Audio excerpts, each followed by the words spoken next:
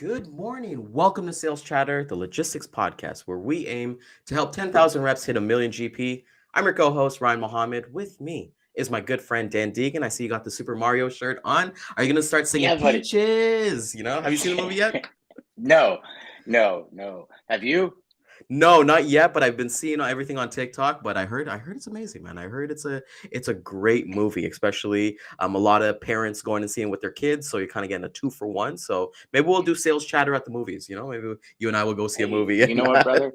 That was one thing I loved when the kids were younger is going to see Shrek and stuff. And I had more fun than the kids watching Shrek and all that. And it's like, it is what a genius for them to start making movies where the parents aren't falling asleep in the movie theater and like we're getting certain jokes that the kids aren't getting. And it's like, yeah, man. Icon right here's an icon, right? Like, think about it. This is like, I was a baby when this stuff started happening in the first Well, didn't it just come Atari. out like 5 years ago? I don't know. Maybe Nah. No, no, no. Okay, Hey, we got something. might have been a reboot. Might have been a reboot, Might- brother, but that's about it. But Well, yeah, because now they got all the monsters and we're no longer headbutting bricks to get a mushroom. But there we go. But you just mentioned icon. While Mario is an icon, we have an icon of a guest today. So let's hit yes. that intro and get started, brother. To the HPLS podcast. Live, relevant, and high performance information, conversations, and education weekly.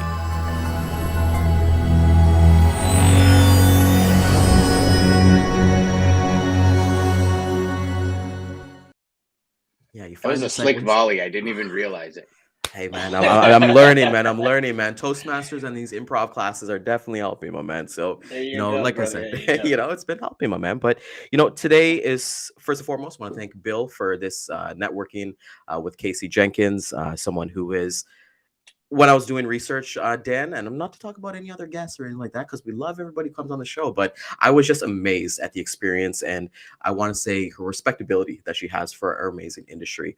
Someone who started in the freight brokerage side and then kind of moved up on the shipper side and then working carrier side, drayage. There's not anything that Casey hasn't done, Dan. So, she has the Lean Six Sigma black belt, which I've been looking into that. Have you taken a look into that at all, Dan? It's kind of like a training No, program where you have it, and it's not to do with no. karate, by the way. And that's exactly what I was thinking. I mean, I had heard of it, but I immediately said, "Well, I got a black belt in Taekwondo. If that Yeah, matters, I'm from pretty like sure 20 Casey's years black ago." belt. Yeah, her Don't get me black wrong, belt's definitely a lot better, but I'm no Joe it's Rogan, that's for sure. But that's awesome. yeah, So we want to welcome Casey.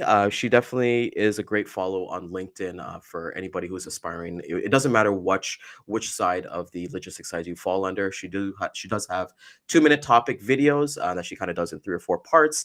This week she came out with supply chain planning, and as much as we can keep talking about her, we want to bring her on the show and let her have some fun. So welcome to Sales Chatter, Casey, as we're bringing her on here. How you doing? Hello. Thank you guys so much for having me. I'm happy. oh, there we go. Now we're moving. And the camera's coming into focus, and we're good. You just froze there for a second, Casey. Oh, no. Well, I'm happy Yeah. to be here. I'm unfrozen now. So, Yes. We're so happy to have you. And just when we did our pre-interview, like you're just somebody that I personally look up to. I think it's amazing with everything they kind of do. Let's get right into it. Can you tell us how did you get here? What's your journey like in logistics? I know you went to Penn State University on the dean's list, all those amazing things. But yeah, tell us about your journey. Yeah. So actually, I never really planned to get into supply chain. So when I was a kid, I wanted to be a meteorologist. And so I actually went to undergrad and have a degree in weather as well. But I was about 5 years into basically a supply chain career, and finished up my weather degree and then was like, well, what's next? And that's I kind of realized like, maybe I need to learn more about this industry. Right. So, but started my freight career, I guess, in brokerage. And then got into that more cross-functional role where I started to see how all the pieces connect, that there's efficiencies to be made across all of it, that process is taking too long. Well, that one's moving too fast. Well, there's a bottleneck there, right? And got my master's in supply chain management, and then tried to make career moves that would allow me to touch on each aspect of supply chain. I've had people tell me, that, well, your experience is so broad, you're not like a specialty player, but really when it comes down to it, all of my experience and, career moves and education are to be a player and a star player at the more holistic level to oversee the entire supply chain. So I've been everywhere from, supply chain management on the shipper side, working with manufacturing, last mile distribution. I've done the drayage, transloading, trucking market, working with shippers, working with carriers, working with brokers. So I've just kind of done a little of everything, really. So Interesting. I think Ryan might be frozen now too. No, I'm definitely here, but that I was think a very nice pause, buddy. That was a good no, I pause want to really there. take it in because, like she said, she's that worked was with everything. stellar. Yeah, it was awesome to kind of hear. And Well, Dan, I start giggling because you go from a career where you get to lie every day and still keep your job and being a weather person, and then a career where back in the day it was all about not letting the customer know you were freaking out, so you're a duck above water Right. and below water, everything's going to hell, and you have to lie about it. Yeah. and I thought that was pretty awesome. So you got this. So, Sorry, well, like to kind of connect the two, really, because I get Yeah. that question all the time. Like what's the relationship there, right? And because they are very like different, but when you really stop to think about it, weather is a process, right? Supply chain is a process. They both face disruptions. They both face minimal changes that can change then the trajectory of everything else. So like when you really start to think of it, I just like processes, right? Like, I like to find the problems, with disruptions occurring and how to fix them. And the same thing can be said with weather. I will say though, it's not that they're lying. It is very hard to actually forecast when you don't control the atmosphere. I promise 100%. See, they're always right when I have a golf game and they say it's going to rain. But when they say we're going to get 30 centimeters of snow and I plan my snowmobiling around it, it's always wrong. And everyone could probably have the same thing where they have a family barbecue and it's always right when it's going to rain. But we had one last year with 90%, 95% chance of like 15 millimeters, and it was beautiful and sunny out all day. We canceled all these huge plans, and it gurs you from the inside out. Yes, Yeah. I said "gur" on live on live social air. Yeah, I might have to kick you out after that one. But I think Dan, you mentioned a great thing when we were talking about Casey yesterday. Can you get us to your point, especially with what you kind of found and leading that discussion? Yeah. So obviously Ryan and I were talking, and your perspective on let's just take the recent Bed Bath and Beyond Chapter 11. What that does to the logistics industry as a whole, large suppliers, small suppliers, and I've noticed ever since they put that out and filed, so many people post, oh, how much money are they going to leave on the streets, and and it goes beyond that. And just when we were talking earlier, you made some really valid points. So if we can dive into that just a little bit, because it's not just one company and their lanes that disappear. There's a lot more involved in it. Yeah. And I mean, that's the thing. It's like, that's why companies really need to focus on, thinking on a holistic scale, right? Because something like this with Bed Bath and Beyond, it's not just impacting them and their employees, which is also, hard to deal with as well. A lot of people are going to be losing their jobs and, livelihoods, but it impacts all the businesses that they do work with. I mean, that's everywhere from, your suppliers, your manufacturers, your transportation providers, even the buildings that they're probably either renting or maybe own. Like, it impacts everyone across the entire supply chain. And a lot of times, related to inventory specifically, it's some of these suppliers are, your small to medium-sized businesses, right? They're having to actually invest capital into producing product to fill the stores. And now what, right? Like, they're not going to be able to get paid on the stuff that may be already in store, or maybe they've not gotten paid in months. Well, that could tank a business of that size, right? Because they're having to put that investment in on the front end to be able to get their product into the store, expecting a return. And if there's not a return, then what do? You're at a loss.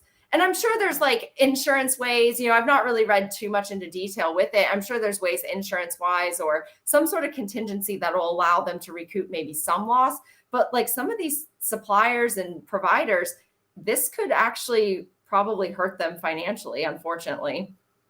Yeah, 100%. I mean, especially if if you get 50 cents back on the dollar, but your Right. profit's only 10 cents on the dollar or 15 Right. cents on the dollar, it's cost you 10 or 15 cents to give that product to that person, Correct. right? It's not always as easy as, oh, well, it was just a driver and wages and a little bit towards truck rental or truck payments and stuff, right? Like there's Right. a lot more hidden costs out there that get tied up. One thing that you said that was very, very interesting, when we're talking on the back, is when we started talking about, well, this doesn't happen overnight. There's Yeah. signs, right? And you noticed it at a certain point, well before somebody had said something about a suit score. Sorry, about actually filing. Can you share a little bit about that? Because I think those early warning signs are something people have to pay attention to. Yeah. I mean, and that's the thing, like you can kind of see when when the ship's starting to get, steered off course, right? Like a ship just doesn't sink as soon as the hole is in it, right? Like it starts to, leak the water. You start to kind of see it go down, but you can see it go down. So one of the things that I've been kind of confused with this is how these big companies and how these, leaders and C-suites just watch it go down. I mean, because again, this isn't something that happens overnight. It doesn't even happen within a year, I wouldn't think. You're going to be able to see those warning signs of sales decreasing, cost inflating. I mean, was there no one in these organizations saying, hey, something's happening, right? I doubt it. Like, I'm sure there was. It's just, why wasn't any action taken, years ago? And I know this isn't the first time with them where this has been a concern. I mentioned this about David's Bridal the other day as well, when they announced, that they're headed towards bankruptcy too. It's like, this isn't their first rodeo with this. So why weren't changes made to be able to effectively like get out of this hole that they've dug? And that's where I'm just like confused. These massive organizations, yeah, they may not have the capital or the sales to support, these initiatives, but go get an investor and see if they'll fund an initiative to improve and create efficiencies to then recoup losses, right? I mean, there's ways I feel like to go about it that nowadays you've got more access to than, years ago, to be able to mitigate this before it actually happens. And I don't understand how it happens, quite frankly. I agree. I'm puzzled as well. I mean, I know Bath and Body Works is a store my wife buys a ton of stuff like candles and soaps and everything from. And Ryan, I know your wife loves that store as well. I love But that store, by the way. Oh, do I'm you? You love I'm the that one who's store. pushing for it, by the way. Those Oh, okay, Sunday okay. errands to Marshalls, Bath and Body Works, they're all me. I make it seem like Okay. it's my wife, but it's all me. But you'll know then during COVID, they didn't deliver for the first probably year. Right. Like you Yeah, they didn't couldn't have a order website. online. Yeah, they didn't even have a website Yeah. I to know. kind of compare. And you got to think about that, right? Like, so how much did they lose? And how long is it going to take for them to recoup? Are they struggling on the back end and nobody really knows? Because like you said, it takes years for a company of that size to go bankrupt. Well, maybe not. I mean, it all depends. You triple your shipping costs, and then all these things start doing this, and before you realize it, you're Right. in an off balance. But to look at it and say, as a corporation, hey, we don't have a website. People can't buy our product. Our stores are filled every day, all day long. These people are no longer allowed in malls. We're missing out. Put up a website. Something Right. as simple as that, where we consider simple. We can go to WordPress and have a website up in an hour. And you can't put it like a Shopify store together with all these really talented people on your payroll. To me, it's that being able to pivot and shift with the times. And I don't know if that's, and Casey, you're going to probably be way better at explaining this than Ryan and I, but is it red tape? Is it the layers in a major corporation like that, where somebody sees it as a benefit and other people are like, no, we're too big to go, kind of like the housing crisis and Lehman and all this, that we're too big to go down kind of thing? Or what is the, like, in your opinion, what would be that initial kind of front line for these things to be blocked? Because Bed Bath and Beyond could have gone to online delivery to compete with Amazon and all these other things. Mhm. And, and it would have been an investment, but they'd still be here. Yeah. I mean, and that's the thing. Like, honestly, some of it is, I don't think these companies know how to pivot. There is a lot of red tape that, in corporations, it's no secret that this stuff takes a lot of time, right? Like, to make a decision, it can take weeks to make a single decision. And I think that because of that, there is red tape. There is, who's responsible for what. There is the concept of, well, making change is hard. No one likes the change, right? No one likes to make changes. They also realize, like, with change does come, time, resources, and a monetary aspect, to be able to enforce the changes and maintain them. So I will say, like, some of those factors are at play, but that shouldn't limit companies from trying to make these shifts, right? Mhm. And as we learned in COVID and, through that whole experience, we have to start making these shifts if we want to stay competitive. I've mentioned Amazon quite a few times. I've always admired Amazon's supply chain, and what they did years ago with kind of bursting onto the scene with, like, a completely new way of doing things, right? And it forced everyone to actually have to go, well, wait a second, we've got to adjust now or else we're going to lose business. And recently I saw Walmart is now competing with Amazon, and they're kind of playing this back and forth game of, like, who's on top. But if you see an organization like Walmart and how complex their supply chain is and how complex their operations are and all of the offerings that they have, being able to pivot their supply chain as fast as they have. I mean, you're talking in the last, maybe I'd say, like 5 to 7 years, really, that they've completely shifted. Any organization can do it. I mean, there's really not an excuse, I don't think, and that's the thing. Like, if you're realizing that you're falling behind industry standards, it doesn't have to be a massive overhaul to even start with, right? Take a small step, create your website, right? Figure out how you're going to be able to, like, service in that manner. And I think some companies also think that to make change, they actually have to, like, completely revamp their entire company all at once. And that's not it. It is a kind of, I guess, step-by-step process. It is incremental change leads to a snowballing action. But you have to be able to take, the first step in making and improving on things to be able to then take it a step further and then a step further. And there has to be realistic timelines. I've seen integrated business plans or, these process or these changes that are like 15-year plan. And I'm like, 15 years? Like, are you kidding? Like, in 15 years, we're probably going to have something completely different that's going to be, impacting and changing. And then you're going to have to redo all of this. And it's going to be another 15 years, right? So it's one of those things where it's like, think short term, but also think long term. How does this short term strategy play into your long term gain? And I think that's a lot of it too, is these organizations have to start thinking, what is our strategy? What is our strategy for 5 years, 10 years, 15 years? And what steps are we going to be taking to actually get there in the short to achieve the long? So cool.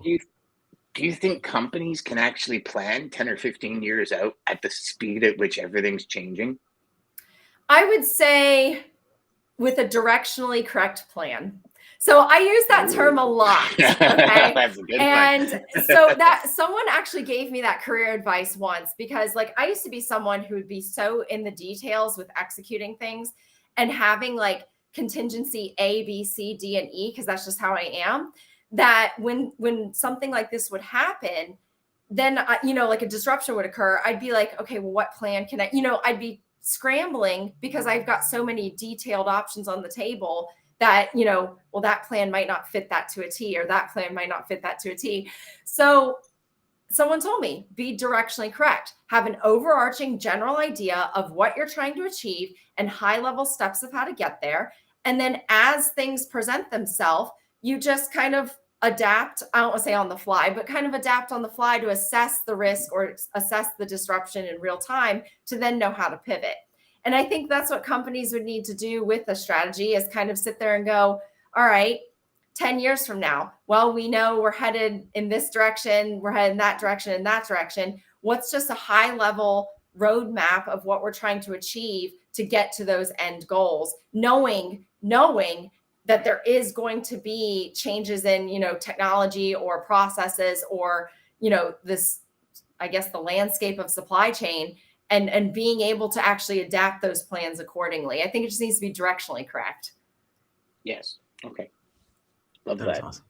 This is awesome. This is an amazing conversation, Casey. You were amazing. I actually want to get to one thing that Bill actually mentioned here, that we'll switch topics a little bit here, but he just wanted to talk about, ask Casey about automating tasks that are admin or non-revenue generating, and he believes it's a great perspective. So all of us, we want to learn this great perspective. So hit us with it. Awesome. Yeah. So obviously digital transformation has been a hot buzzword here recently in the news. And, companies are looking at ways to integrate technology into their processes, their business plans, their strategies. And it's something that's desperately needed in this industry for sure. But, the topic of automation comes up, right? And I think the way companies need to approach automation is looking at the tasks that aren't customer facing as your first step to automation. Your redundant tasks, your tasks that your employees are having to enter into 9 different systems on a daily basis. The tasks that are just, I don't want to say meaningless, that's the wrong word, but the tasks that aren't really going to be value add from a customer facing perspective that can actually just be, automated. Anything in terms of, and I think when I spoke with Bill a couple of weeks ago on this, anything that's going to be customer facing at this point, I personally feel like still requires the human element, mainly because in this day and age, relationships mean everything, right? And that's the biggest piece, is you don't want to lose the relationships between you and your clients, you and your providers, you and whoever in the industry, right? And it's one of those things where if you can automate I think Lisa actually had a comment here I'm seeing of the mundane and the backstage. That's a great way to put it. If you can automate those tasks, honestly, your resources when customer facing are going to be able to be value added, because they're going to have the time and the energy to actually put thought into their interactions with customers, versus I've got to enter this into 9 different systems when a system can actually do this for me, right? So I would say, that's my take on it. As companies are looking for ways to automate or input technology into their processes, it needs to be focused on, the customer and their needs first. And those more mundane tasks can be just automated on the back end. Well, Dan, you can attest to this too, right? You look at something like as I'm a freight broker, the CRM. If I'm doing prospecting, I've got to make sure that I open up my CRM, call the customer. Hey, did I have a conversation? Put that in the CRM. Those are 2 minutes every single phone call. And let's say I make 30 phone calls a day. It just keeps adding up. Dan, what are your thoughts on some other tasks that you've seen over your sales career, being a coach and being a high performance logistics rep yourself? Oh, same thing. The whole data entry into CRM. Listen, I know it's important because it allows management to, especially in the larger companies, if you're getting nowhere with a lead and somebody has an in, they can get in and blah, blah, blah, and all of that. I actually see a lot of companies, and there was a huge push 15 years ago, probably, where automated phone systems came in. And every company wanted this automated phone system. And I remember the owner of the company I was working for, he goes, never. It'll always be a human being answering our phones. And at first I was like, wow, that's crazy. And now when I get an automation, when I make a phone call and it's like 0, 0, 0, 0, 0, 0. So how many times you push 0 before you get a human? It's like, I just want a human so I can speak to. But as a corporation, it was like, well, it'll be easier. An answering machine will answer. They'll ask them for an extension to go, and then we can save a salary. But you're right. That's front facing. That's not behind the scenes. Behind the scenes automation would be great. I call it automate, delegate, and delete. Automate it, delegate it, or delete it if it's mundane. And I don't know. I think some companies choose the wrong areas to try and automate, personally. I mean, wouldn't it be great if you can call the government and get a human being within 30 seconds? Oh, God. Wouldn't that be awesome? Well, they're on wouldn't it strike really? right now, Dan. In Canada, Yeah. they're on strike, so Yeah, I know. you can't get No, anybody. But wouldn't it? Like, how long do you wait on hold? Like, how much of our Right. day is spent on hold for usually for personal things? But Ryan, you make a point. If it takes you 2 minutes to enter notes every time you make a phone call, if it takes you an extra 2 minutes to figure out where that objective is in this call or in this email that you're going to do, what you're going to send, you got to think about that, right? Half an hour a day is 2.5 weeks of productivity at the end of the year. Half hour a day is 2.5 weeks. So you lose literally over half a month of productivity. I think it's absolutely asinine that we lose this much time. And that's just one task. Then you start going, the 4 or 5 different tasks that are mundane in our daily life. You lose yourself almost 2 months of productivity. That, I think, is just crazy when you start adding up the numbers. Well, and that's the thing. It's like, I mean, all of those tasks, and especially because it's part of the problem is that there's so many different systems that, people are working with on a daily basis. And it if you have to enter one thing after each call or after each transaction into one system, you're probably having to enter it into multiple systems as well, because they don't talk to each other. So that's the thing. If those processes can be automated to where then your resources are actually focused on the value add services, then one, you're already saving money in that regard, right? Yeah, it might be a little money upfront or capital to be able to make those changes, but you're going to recoup it because you'll start to realize that your processes are way more efficient too when you allow the technology to actually work for you versus trying to just automate everything, right? And that's where I go back to the whole concept of it has to be an incremental change. Look at currently what processes internally and externally, because that is important, of where you can add technology to make improvements and automate those mundane tasks. And then from there, maybe your next step is then automating full things like warehouse processes or, pick, pack, shipping, things like that. But start with the more mundane, and you're going to realize that your costs have reduced quite a bit just from that alone, plus your efficiency, and then also your agility because your data is flowing better. So it's just starting with this, the first steps and the smaller steps to then get to the point of complete robot domination, I guess. I don't know. I remember having a conversation with a customer, and it was one of many that I've had with customers over the years. And he was just so frustrated. And it was like 11 o'clock on a Tuesday. I'm like, what's going on? Like, he was just very, very snip and very, very abrupt. So what's going on? He goes, takes me 4 hours to get the information from our reports for Tuesday's meetings. I said, 4 hours? He goes, yeah, we have 4 different systems, and I have to cross-check each system because none of them talks to each other. And it was amazing because after about 10 minutes, we realized that I had a system that was able to give him the information in about 10 seconds.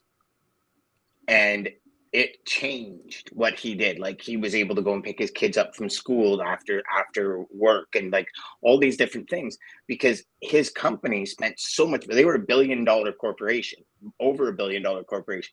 And they had 4 systems that did not talk to each other because they did not put any value on that side of the business. They put value on how we're going to get cheap warehouse space, how are we going to ship things properly. But it's like one warehouse system doesn't talk to the customer management system, doesn't talk to the accounting system, doesn't like none of them speak. And it was probably my first time realizing how far companies need to come Yes. to get into it. And maybe it was just because I was in logistics and the whole system was like everything was in one, accounting, reporting, everything. And probably not as many moving parts in brokerage as it is in a company of his size. But I would have thought the first thing would be systems speaking to each other. So you can accrue for OS&D easily. You can, you know what your inventory is, so you know what your cost per square inch or per square foot of your warehouse is when it's full, when it's not full, what's coming in, cross check that in like 2 seconds flat with inventory, and maybe you have to divert it to the West Coast instead of the East Coast. Instead, they were getting shipments into their dock, realizing they had like 100 units of it and they're selling 10 units a month. So then they'd order a B train at like $16,000, throw the stuff on that and send it out west. And I'm like, you're increasing your logistics budget by hundreds of thousands of dollars a year because you're not being proactive. I just don't. I mean, I think that's why Amazon did what they did, right? From selling books to being who they are today, it was all about the process.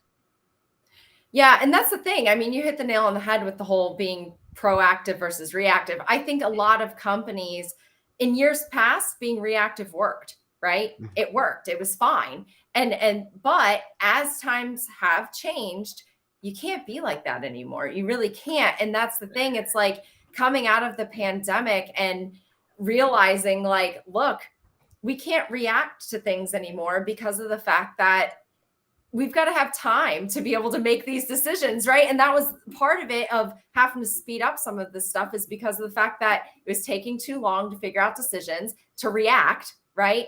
And then by the time you've reacted, something else has happened that you're then having to go back and react to as well. So it's one of those things where it's like, I hate to say it, like the pandemic was like, I feel like it was beneficial for the supply chain industry to open up our eyes and realize change needed to be made, right? Change needed to be made. We needed to start kind of thinking differently. We needed to think more holistically, cross-functionally. We can't have the silos anymore. Technology has to be used to be able to get better data flow and to get processes improved. And, if you're not going to jump on board, you're just going to fall behind and you'll end up not keeping up with the rest of the world, basically, because that's where it's all headed. And that's the thing. It's like, you can see where it's headed. If you're just preaching the buzzwords and you're not taking action, once you get to where it's headed, you're going to be the one falling behind. And we'll be talking about you on a podcast about how you should have seen this coming, quite frankly. So I love that. That was true. That is like our mic drop right there by Casey. That was awesome. And what I got from that is like, if you're not growing, you're dying, right? And you always have to kind of be ahead of the curve and look at that from there. Casey, this has been such an amazing time. I hate when time runs out like this because like I feel like we can go on forever. Like there's so many value that everybody got in the comments. But let everybody know how they can get a hold of you. Tell them a little bit about 2 Minute Topics and as well as 828 Consulting. Yeah, so I do a weekly video called 2 Minute Topics. And basically the goal for it is to just kind of strike conversation. It's supposed to give you a 2 minute, well, 2 to 3 minute, depending on the topic, 2 to 3 minute, just high level overview of what the topic is and get you to think differently, get you to kind of start talking about these things. And a few little tips are thrown in there. They are all on LinkedIn. I do have them on YouTube as well, just as a reference point for if you need all the videos, but you can definitely get a hold of me via LinkedIn. Please make sure to connect with me or send me a message. I'm always happy to meet with folks and chat supply chain. And then, yes, I do own a consulting business called 828 Consulting. And I do consulting.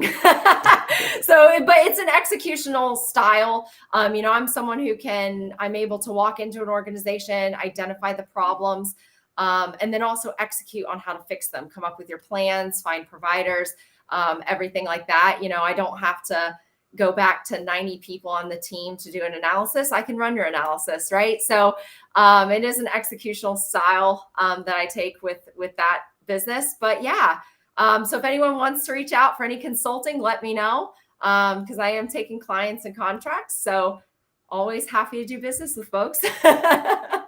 That is amazing. So everybody definitely hit her up. And the one thing that I'm a sucker for volunteer work. That's something that Dan and we both do as well. And to see that you're a big supporter of the America's second harvest of coastal Georgia. And when we had our pre-interview, you did mention that you like to give back to the community and invest in the community. And that's a big thing that I think is so remarkable. And shout out to Enzo and Skye. I know they're in the back there, but we're hoping that they would have made a little appearance today. But Dan, final thoughts before we take this bad boy home? You know what? Final thoughts are you're absolutely amazing. I think the entire perspective of thinking of a supply chain holistically, if you're in logistics, if you're serving customers, if you're not thinking of their supply chain holistically, you're actually missing out on something huge. Because if they're not thinking of it and you think of it, you've just become a resource. Yep. And you definitely see that. You definitely see that. So if you did find value in this, please like, comment, share it with your friend, your neighbor, your spouse, and the most important one that we kind of talked about today, with the Amazon driver who's bringing you your packages today, because we all know that you placed an order last night on Amazon Prime. I myself am waiting for some packages, and we'll hit the replay again at 2 and 6 p.m. LinkedIn, Facebook, YouTube, and Twitter. And tomorrow is Data Day. We got Dean Croak, the principal analysis of DAT, Freight and Analytics, and then we have the cowboy himself, the bodacious cowboy, Jeff Dickinson, joining us. With us, it's going to be a fun fact, all data. We're talking about produce, and hey, maybe we'll take some of these topics that we talked about today to kind of hear it from a data point of view. So with that being said, everybody have an amazing day. Share this. And like we said, connect with Casey because she is awesome. I know I'm going to be looking forward to those two mega topics, especially on supply chain planning. So take care, everybody. We'll see you guys tomorrow. Take care.